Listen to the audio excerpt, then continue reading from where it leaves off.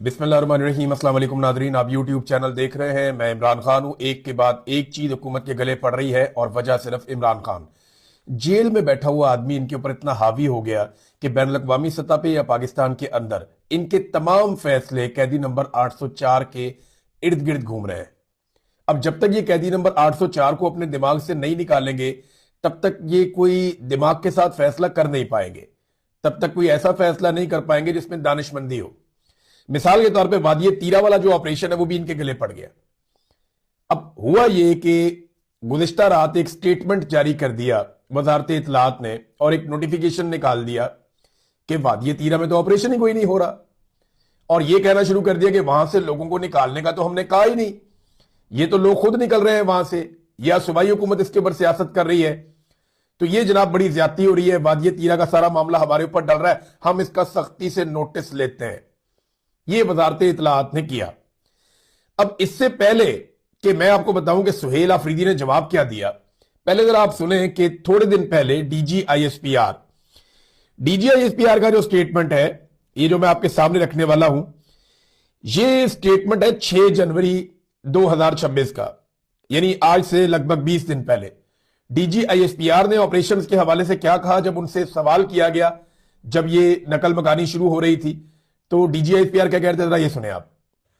अब वो तो कह रहे हैं कि ऑपरेशन नहीं होने, आज कह रहे हैं, वो तो पता नहीं कब से कह रहे हैं। वो कहते हैं हमारा लीडर कह रहा है ऑपरेशन हो रहे हैं, एज ऑफ टुडे भी हो रहे हैं। बिकॉज दी सिक्योरिटी, मैंने आप पहले ही बार बार की, कुछ चीजें फंडामेंटल्स हैं जिनके ऊपर कोई कॉम्प्रोमाइज नहीं किया जा सकता।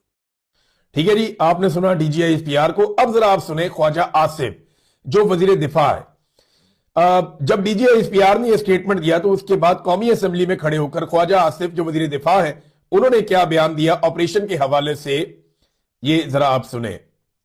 हम कर रहे हैं ऑपरेशन, बिल्कुल हम कर रहे हैं और करेंगे इंशाअल्लाह ताला, बिल्कुल करेंगे इंशाअल्लाह ताला। हम ऑपरेशन कर रहे हैं। आपके पास इख्तियारात हैं, आप इख्तियारात का इस्तेमाल नहीं कर रहे। मुल्क और कौम के लिए अपने इख्तियारात का इस्तेमाल नहीं कर रहे, अपने मफादात के लिए अपने इख्तियारात का इस्तेमाल कर रहे हैं आप जी। इसमें इकबाल आफरीदी ने बात करने की कोशिश की, जो मेंबर कौमी असेंबली है तीरा के इलाके से। जब उन्होंने ये बात करने की कोशिश की तो उन्हें रोक दिया गया, उन्हें बात नहीं करने दी गई, बल्कि फिजिकली रोका गया। हालांकि कौमी असेंबली में ऐसा होता नहीं है, लेकिन उन्हें रोका गया। और ख्वाजा आसिफ ने कहा जी हम कर रहे हैं ऑपरेशन, बिल्कुल कर रहे हैं। ये नकल मकानी इसको सारे ओन कर रहे थे और ये काफी दिन से हो रही थी। मैंने आपको कल बताया कि एक्चुअली वफाकी हुकूमत ने और इदारों ने मनसूबाबंदी की थी कि इस नकल मकानी के जरिए से पाकिस्तान तहरीक इंसाफ को बदनाम किया जाएगा और यह प्रोपेगेंडा किया जाएगा कि यह ऑपरेशन तो सुहेल आफरीदी करवा रहा है। लेकिन यह प्रोपेगेंडा बिका ही नहीं, यह सौदा ही नहीं बिका। हालांकि अली अमीन गंडापुर साहब से ताल्लुक रखने वाले कुछ लोग वो बार बार यह कोशिश भी करते रहे कि सुहेल आफरीदी के गले में यह ऑपरेशन फिट कर दें। अली अमीन गंडापुर से जुड़े कुछ सोशल मीडिया के अकाउंट्स भी ये काम करते रहे। लेकिन एक आदमी को वजारत आला से आप हटाएं तो उसको तकलीफ तो होती है। ऐसा नहीं है वो आदमी कोई पत्थर का बना हुआ या लोहे का बना हुआ आदमी तो नहीं है, एक आम इंसान है। तो जब आप उसको वजारत आला से उठाएं और इस तरह उसको छोड़नी पड़ जाए तो फिर उसके लोगों को तकलीफ तो होती है। तो वो रिएक्शन भी नजर आता है। तो अब सुहेल आफरीदी ने फाइनली इसका जवाब दिया। एक तो मैंने आपके सामने साबित कर दिया कि ऑपरेशन हो रहे हैं, डीजीआईएसपीआर भी कह रहा है, वजीर दिफा भी कह रहा है, इन दोनों ने कह दिया कि ये ऑपरेशन हो रहे हैं। अब आ जाए इस बात के ऊपर कि सुहेल आफरीदी ने इसका क्या जवाब दिया। सुहेल आफरीदी ने बताया कि वादिये तीरा से लोग क्यों निकल रहे हैं, क्या वो नवाज शरीफ के पोते की शादी में जा रहे हैं। मैं भी कल ये पूछ रहा था कि क्या कोई लोग पिकनिक पे निकल रहे हैं, क्या वजह क्या है, कौन अपने घर छोड़ के जाता है। तो उन्होंने फिर सारी वजह बताई और ये बताया कि ये लोग क्यों निकले और किसने इनको निकाला। सुहेल आफरीदी ने कहा कि कोर कमांडर पेशावर और आईजीएफसी, इन्होंने लोगों को वादिये तीरा छोड़ने पर मजबूर किया और यह तारीख की एक बहुत बड़ी नकल मकानी तीरा के इलाके से हो रही है। और इस मकसद के लिए कि लोगों को उनके इलाके से निकाला जाए, इन्होंने 24 रुकनी एक कमेटी बनाई थी और इसकी सरबराही यही लोग कर रहे थे। अपनी सरबराही में इन्होंने कमेटी बनाई हुई थी और कमेटी को भी डराया धमकाया गया और फिर अवाम को मजबूर किया गया कि वो अपने इलाके छोड़कर वहां से बाहर निकल जाए। इससे पहले आपको याद होगा चंद दिन पहले तलाल चौधरी जो वजीर मुमलिकत है, उसने भी ये कहा था कि हम तो सुहेल आफरीदी के ताउन से ऑपरेशन कर रहे हैं। तो ये सारे लोग कहते रहे कि हम ऑपरेशन कर रहे हैं और अब ये भाग रहे हैं कि जनाब ऐसी बात नहीं है, हम कोई इनकला नहीं कर रहे और हम कोई ऑपरेशन नहीं करवा रहे। सुहेल अफरीदी ने मजीद भी कोई चीजें बताई। देखिए, ऑपरेशन के जरिए से पाकिस्तान तरीके इंसाफ को टारगेट करना, ये बात तो बहुत पुरानी है, शामदाना गुलजार बता चुकी है। बल्कि आज मैं देख रहा था, इकबाल अफरीदी है, शामदाना गुलजार हैं, अब्दुल गनी अफरीदी हैं, शहरयार अफरीदी हैं, ये लोग दोबारा वादिया तीरा के मुतासरीन के बीच में गए, उनके साथ बातचीत कर रहे हैं, उनसे मुलाकात कर रहे हैं और उनके दुखों का मुदावा करने की कोशिश कर रहे हैं। तो हुकूमत ने सोचा था कि हम जनाब काया पलट देंगे और ये बहुत बदनाम हो जाएंगे खैबर पख्तूनख्वा में, उल्टा उन्हें फायदा हो गया पीटीआई को। लोग बेवकूफ नहीं है ना, जिसके हाथ में मोबाइल है उसको सारी कहानी का पता है, वो हमें भी सुनता है, वो डीजीआई एसपीआर को भी सुनता है और लोगों को इतना शऊर है कि वो सच और झूठ का खोज खुद ही लगा लेते हैं, सुनने के बाद उन्हें पता चल जाता है।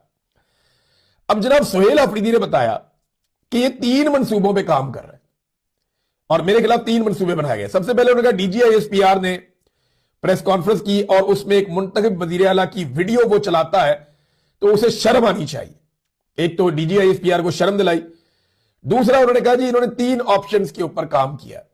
नंबर 1, ये किसी तरह खैबर पख्तूनख्वा में गवर्नर राज लगा दे, अगर उसमें कामयाब ना हो तो मुझे नाअहल करके यहां पे रजीम तब्दील करवा दे। देखिए, पहले गवर्नर राज की बहुत बात हुई, गवर्नर्स के इंटरव्यू भी होते रहे, इधर उधर भाग दौड़ भी होती रही, बड़ी कोशिशें होती रही, लेकिन पता चला कि गवर्नर राज लगा तो टिकेगा ही नहीं, आईन में भी गुंजाइश नहीं है।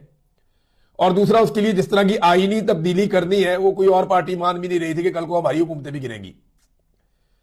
लिहाजा 3 ऑप्शन, पहले गवर्नर राज था, उसमें कामयाब नहीं हुए तो अब नाअहल कर दे और रजीम तब्दील कर दे।